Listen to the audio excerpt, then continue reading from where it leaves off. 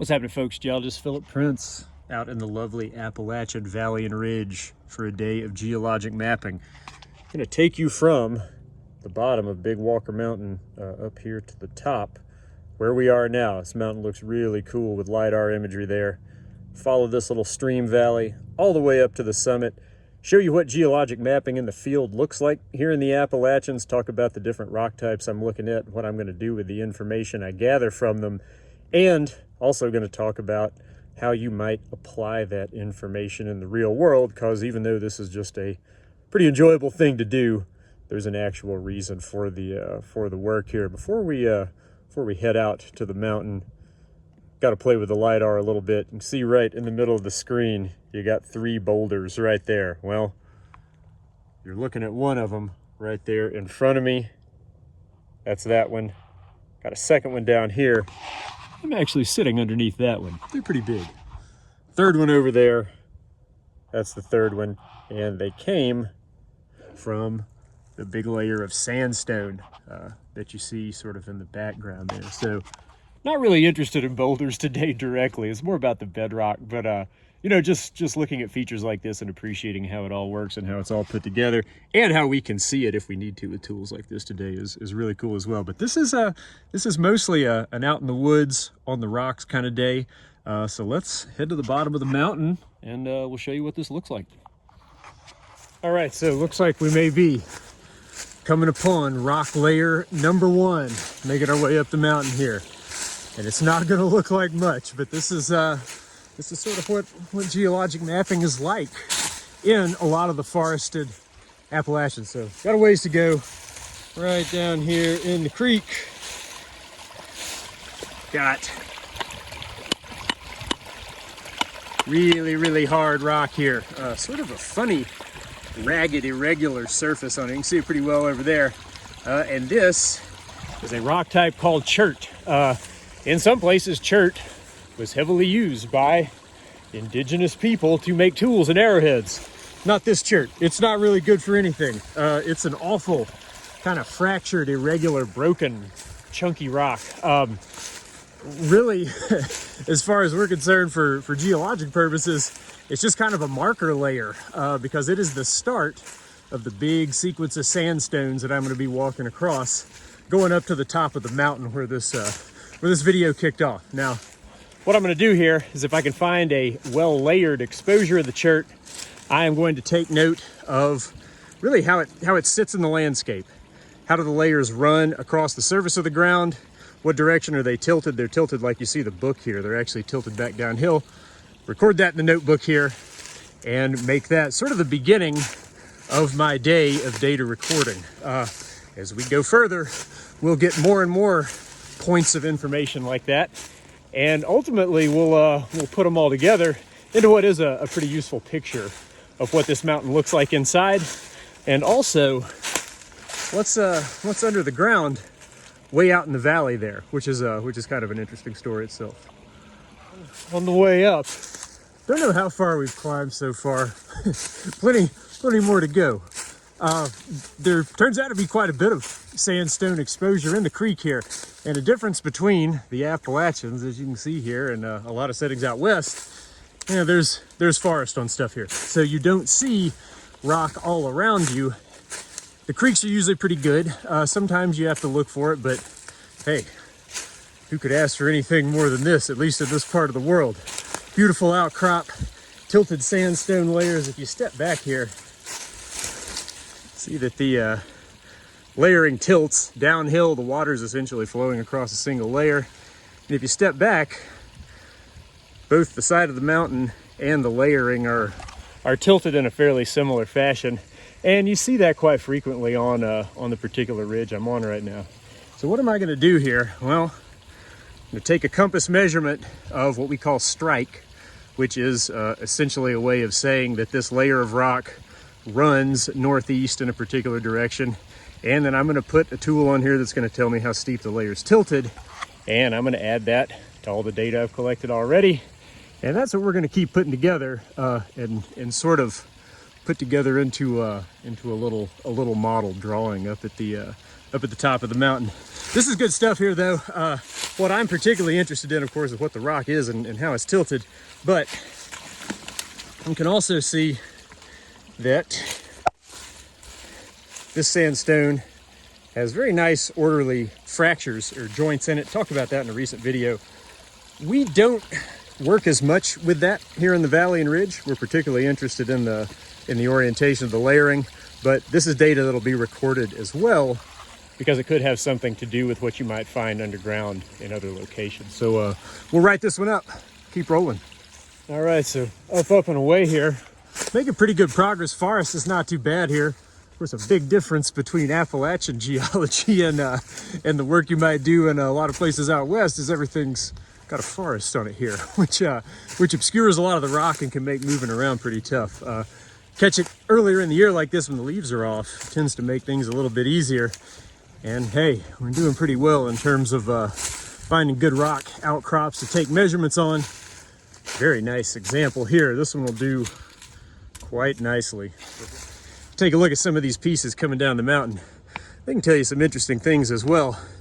This one right here that looks like a bunch of pebbles glued together, well, that's what it is. That's a little bit of very coarse sandstone or maybe even fine pebble conglomerate. The pieces are quite small in it.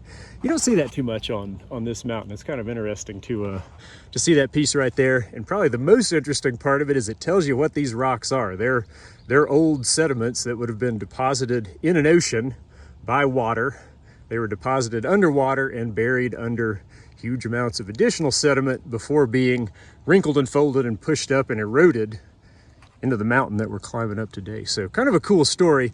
Don't necessarily see many fossils here, but sometimes just the rock itself does a pretty good job of telling you what you're looking at in this part of the world. So we'll write this one up. Keep going. Well, the higher you get up the mountain, you tend to run out of creek to look for rock in. Often the case on a ridge like this, but you can find pieces of representative bedrock on the ground. Pick one up here. Really interesting stuff. Hopefully we can focus on that. Cool type of sandstone. It's purple, brown, maroon, variety of colors because it's actually glued together by iron oxide. All those little grains of sand aren't stuck together with something like quartz or calcite. It's iron oxide. So this thing's really, really dense and heavy. And this one has, you know, all kinds of little chunks, pebbles of a different composition that have weathered or fallen out here again, because these are all sedimentary rocks.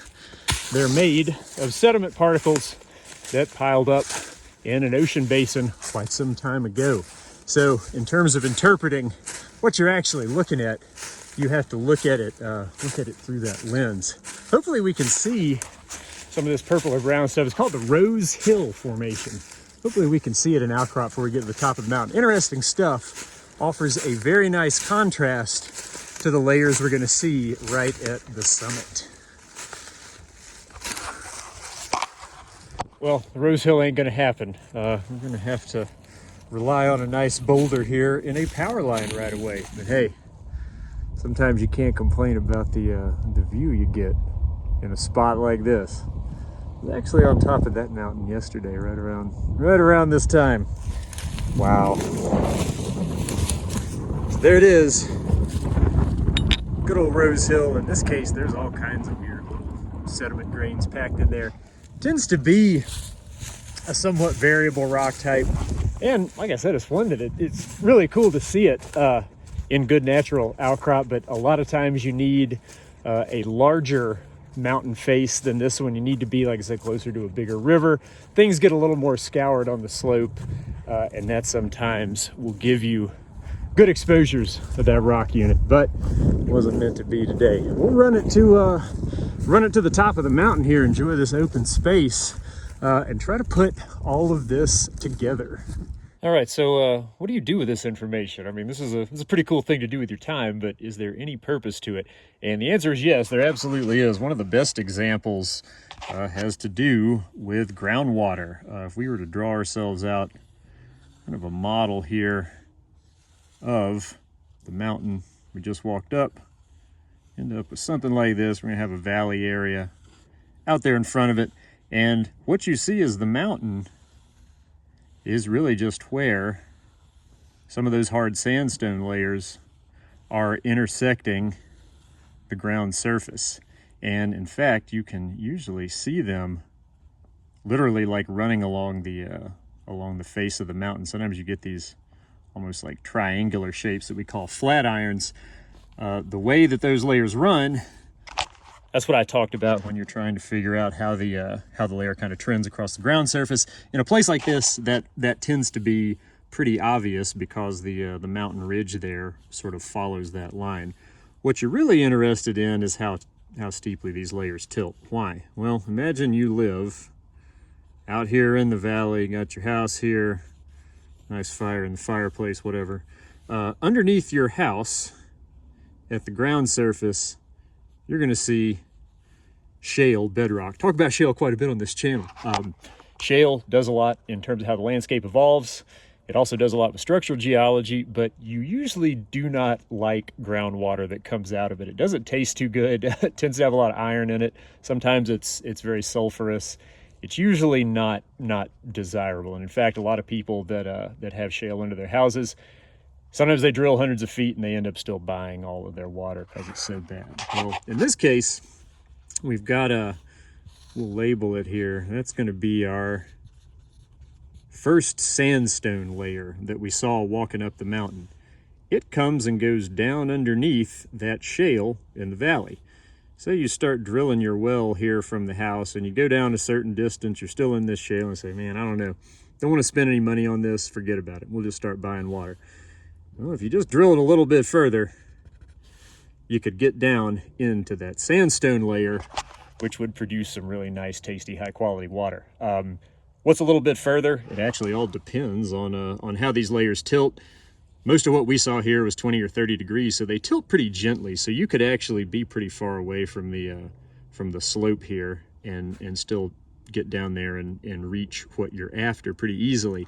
If you get layers tilting 45 degrees, 50 degrees, something like that, sometimes you see that along this ridge. The further you are away from the base of the ridge, the harder it's going to be to get down and find that sandstone layer when you're actually living out here in the shale landscape. So that's it's pretty simple, but it's quite important if you're going to live there for a while and you want to be able to use the water that comes out of your tap. I guess in this case, and I've actually heard a lot of people describe this, just maybe try it a little bit further, or be sure you're working with a well driller that actually uses geologic information, because there's plenty of folks I know that have stopped probably just short of being where they want to be with well production. And that's why you actually have to be out here looking at these rocks. You want to get a good measurement on how steeply they tilt, and you want to pick up on all of those finer details like we were looking at. So you might have that first layer, if you remember it, you got the chert down here, then you got the sandstones, then you got the purple kind of Rose Hill up there, and then you got another sandstone layer that we're actually sitting underneath right now, sitting under a big boulder that came from it up here at the very top of the mountain. So if you were doing this drilling exercise, shale, shale, shale, shale, shale, you hit that crunchy chert right there, we've almost made it, then you know that you're going to be in the good sandstone underneath that. So that's the overall idea here, and that's what I mean by making sort of a diagram of the mountain. Yes, it's simple, but 10 or 15 degrees of difference in the tilt of the layers there can actually make quite a bit of difference in what's underneath your house. Now, in the bigger picture, get rid of small mountain here and try to make ourselves kind of a larger picture of the valley and ridge. All of this information goes into trying to figure out what's underneath the ground. And that has been of interest sort of throughout the study of the valley and ridge landscape. And I don't know, there's sort of limited consensus in a lot of places about what actually is under us, sort of at the bigger scale here. When you look at the valley and ridge, what you're really seeing in simplest terms is big sequences of rock that are pushed. So imagine having like a long, thin sequence of layers like that. We're gonna push it from this side and then cause them to stack on top of themselves like that. And that's sort of the overarching idea here. A lot of that has been lost to erosion. This is a very old mountain range, and what we see is the mountains here are actually just where the hard layers of sandstone are sticking out on the surface. So when we do the kind of work that we just did here, coming up the mountain, taking notes with regard to what we're seeing in terms of rock type, and particularly how steep those layers tilt, that's actually pretty useful information to try to help us get a better picture of what we would see as we went deeper down in the earth. We can maybe make ourselves like a colored layer here. So we'll use red as a big sandstone forming layer here. So it's not at all uncommon to see an arrangement like this here. We'll have it kind of faulted again like that. And to try to determine what you would see at greater depth underground, you actually do have to get out here, and I don't like that one. We're gonna try to stay truer to actual valley and ridge structure here. There we go. That's much better. Very nice. So if you were to be interested maybe in deeper drilling, now folks aren't into that too much more in the Appalachians. There was a time in the 70s and 80s there was a lot of interest in that. Faded away. I don't know. Things are different in 2025. You might hear about that again. You might not. But what we're looking at here beneath our mountains is literally miles of rock. So if you wanted to go in this valley and drill downward, what are you going to hit on the way down? Well, you're going to cross a couple of those layers several times. You can actually look at the land surface here and how the layers are tilted in these mountains, and you can get a much better picture of what you might see down there at depth. So bit by bit, mountain by mountain, you can come up with this kind of larger scale picture of what's actually down underneath you, and you apply those same techniques even if we went all the way out here to the east and got out here into the bigger mountains of the Appalachian Blue Ridge. Those are in a totally different type of rock that's been pushed in there. But again, you could apply some of these same principles right there. So it's a cool way of looking at the world. When I look at maps of the land, I'm always thinking about what is down underneath them. And yes, you get to spend time in some really nice places. So we'll see what's down the hill here a little bit, and pretty shortly here, probably going to take it back down the direction we came, and one of these days we're going to go after the west side of the mountain here from the bottom over there. We'll start heading down the backside of the mountain here. Didn't draw too much in terms of what the geology is on this side of the ridge in this particular location. Pretty shortly we'll get below the sandstone, and there's a pretty big sequence of more shale, and then under that limestone that makes the really nice farmland out there in the Green Valley in the distance. Not going to see any of that today. Typically when you do work like this, you obviously have to break it up. These are just day trips. We're not camping out here, whatever. Get to the limestone in another video. Actually not sure if we'll see any exposed shale. When you get on this side of the mountain, in terms of actually seeing exposed rock below the sandstone, I don't know. It's hit or miss. Is anyone back in the valley behind us, where I drew my little house, are they going to drill all the way through that sandstone and get into some of these rocks or their water well? No. What we've walked up today is at least 1,000 feet of various sandstone layers. In other words, if you laid them out flat, they would be 1,000 feet thick or more top to bottom. Nobody's going to be doing something like that, but the same exercise we drew out absolutely can apply, just with different rock types to what you see out here in the valley in front of us. So we'll, I don't know, we'll keep rolling here. Another little outcrop of sandstone. This may be the last one. Things change pretty quickly below us here, but we'll go down a little bit further, see what we can find. The shaly side of the mountain is falling short here. Pretty typical, actually. A lot of what you see is just chips, fragments of rock here. And they could have come from anywhere up there. We know that they don't. Sometimes in places like this, you can take advantage of things like forest roads. You can see a cut down below me. Sometimes those will expose a little bit of rock.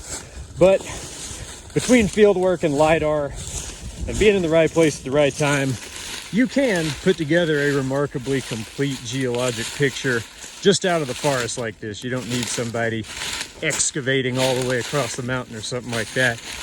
One of the most notable aspects of this side of the mountain, what I mean by that is the side where the layering is tilting into the slope, is that it tends to be really steep. It tends to be a lot steeper than the other side, in fact, particularly when the layering is tilting 25 or 30 degrees like it is here. So you have to ask yourself how much you're wanting to get into in terms of climbing back up the mountain to finish the day out.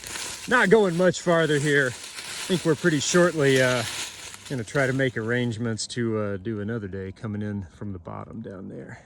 Well, the old forest road here saved the day. Got us an exposure of rock to look at here way down below the sandstones up at the top of the mountain. This one's kind of cool because the fractures, the joints here are splitting up the layers in a really interesting geometric fashion. You see that at all scales. Sometimes the big sandstone that we were looking at earlier will be in almost giant cubes. I actually see a lot of videos about things like that on YouTube. Totally natural result of the stress that these rocks experienced. They were still deep under the ground. So we'll get this one written up here. Call it a day. Check in with you on front side of the mountain there as we make our way down. But this is it. You know, it's not a bad way to pass the time. You have to be careful not to break your leg or something. But beyond that, there's worse ways to get paid in this world for sure.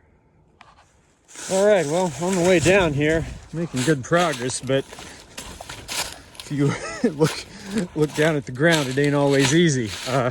You either got rocks or thick forest here. There's not much of an alternative. Hopefully you've enjoyed this glimpse into the life of the mapping geologist. This is about half my professional time. The other half is doing landslide work. Same mountain region. Get a fair amount of overlap between the two disciplines actually. And in fact, some of the rocks we've looked at today have produced in the past really huge, giant mega landslides, but they happened a long time ago, and we don't know that much about them. I don't know, maybe a good time to sign off. I think the mighty Rose Hill Formation might have revealed itself, and yes, there it is, the elusive purple sandstone looking for earlier in the video. So we'll call it quits there. Hope you enjoyed this video. Try to do a few more field ones through the warm months, and hope you check out the next one when it comes along.